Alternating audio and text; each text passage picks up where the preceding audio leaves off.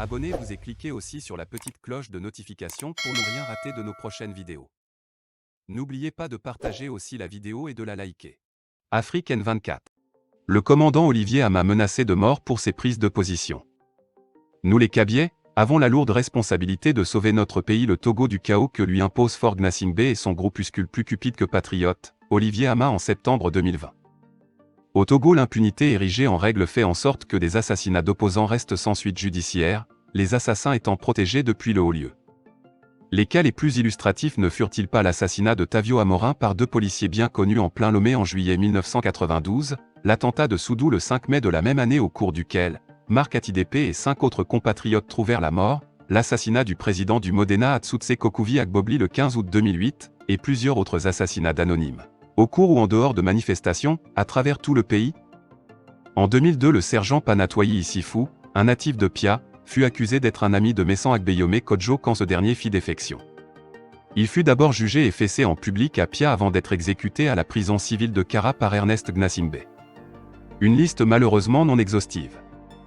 Et ceux qui, menacés et n'en pouvant plus, s'étaient résolus à quitter le pays pour sauver leur peau, ne sont pas forcément à l'abri du danger.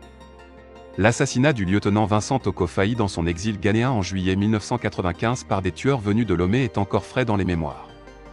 C'est pourquoi des menaces proférées dans certains milieux kabyais autour du pouvoir togolais à l'encontre d'un ancien officier de l'armée togolaise en exil quelque part pour sauver sa vie, doivent être prises au sérieux.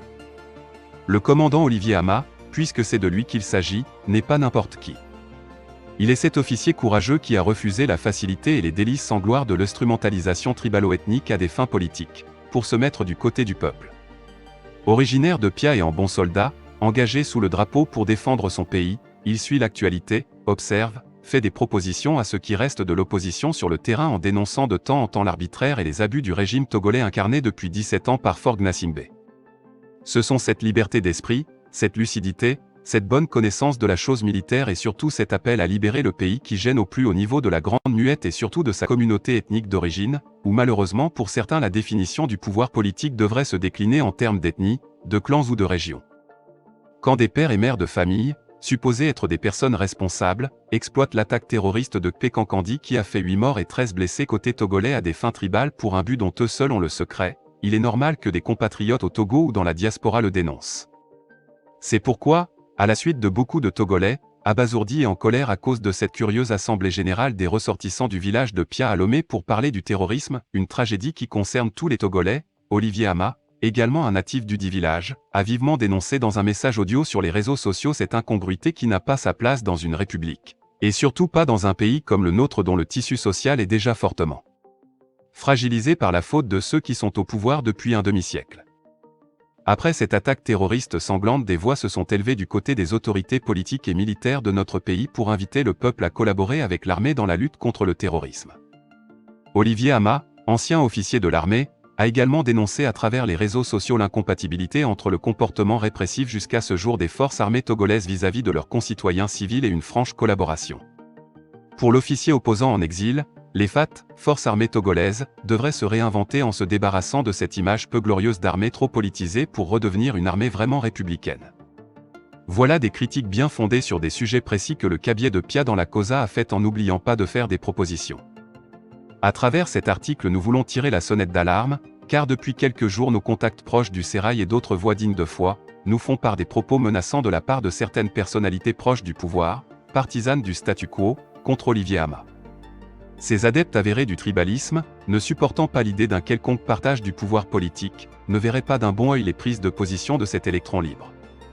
En un mot, d'après les informations à notre disposition, la sécurité du commandant Olivier Ama serait menacée, et en nous référant aux faits d'armes, dans un passé récent du régime Gnassingbé concernant la persécution et même l'assassinat d'opposants politiques au-delà des frontières togolaises, il y a lieu de s'inquiéter en prenant au sérieux la menace sur la vie de notre illustre compatriote en exil. Pour ceux qui sont moins renseignés sur l'histoire, la vie et surtout le parcours de cet officier togolais pas comme les autres, une parenthèse pour décrire l'homme Olivier Ama. Âgé aujourd'hui d'une cinquantaine, Ama Poko Olivier est sorti du collège militaire de Tchitchao en 1990. Après une de formation à l'école d'officiers de Bouaké en Côte d'Ivoire, il sera titularisé en 1993 sous-lieutenant. Devenu gendarme en juillet 1994 et étant commandant des troupes de maintien d'ordre à Lomé, après le décès d'Eyadema en 2005, il refuse de réprimer dans le but de la conservation du pouvoir. Il est affecté à l'intérieur du pays. En 2007 il devient commandant et en 2009 il est accusé de tentative de coup d'État, arrêté puis détenu d'abord au secret pendant 18 mois par la garde présidentielle, et ensuite 12 mois à la gendarmerie. Il sera jugé par une cour spéciale qui reconnaîtra son innocence. Malgré le fait qu'il fut innocent, il sera condamné à 24 mois de prison puis radié de l'armée. C'est lors d'une manifestation du CST, collectif Sauvons le Togo, le 24 mai 2013 qu'il crée l'événement qui le conduira une deuxième fois en prison. Ce jour-là, il donna une interview où il dénonça ces lieux de torture comme la gendarmerie, où il déplora que les autorités politiques aient fait en sorte que l'armée et le peuple se regardent en chiens de faïence, et où il demanda à l'armée de prendre ses responsabilités. Olivier Hama fut arrêté et déporté à la prison de Mango le 30 mai 2013. Sous la pression des organisations de défense des droits de l'homme, il sera libéré le 14 février 2014, sentant sa vie en danger il réussit à prendre la clé des champs en septembre 2014. Le sort du journaliste de radio, Légende, qui lui tendit le micro cet après-midi du 24 mai 2013 ne fut pas non plus des plus enviables. Pour échapper aux tueurs lancés à ses trousses, Félix Nam-Tchoubli n'avait dû son salut qu'en quittant précipitamment le Togo. Voilà raconter l'histoire d'un militaire doté d'un courage rare, et dont aujourd'hui des menaces sur sa vie viennent s'ajouter aux contraintes non moins pénibles de l'exil.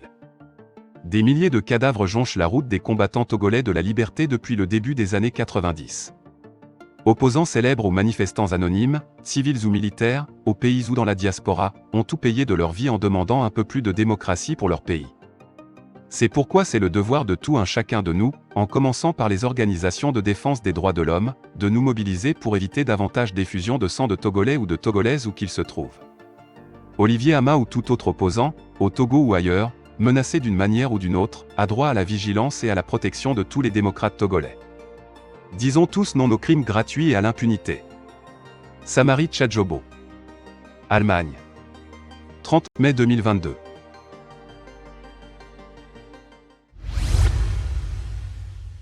Likez la vidéo si ce n'est pas déjà fait. Laissez aussi votre point de vue en commentaire.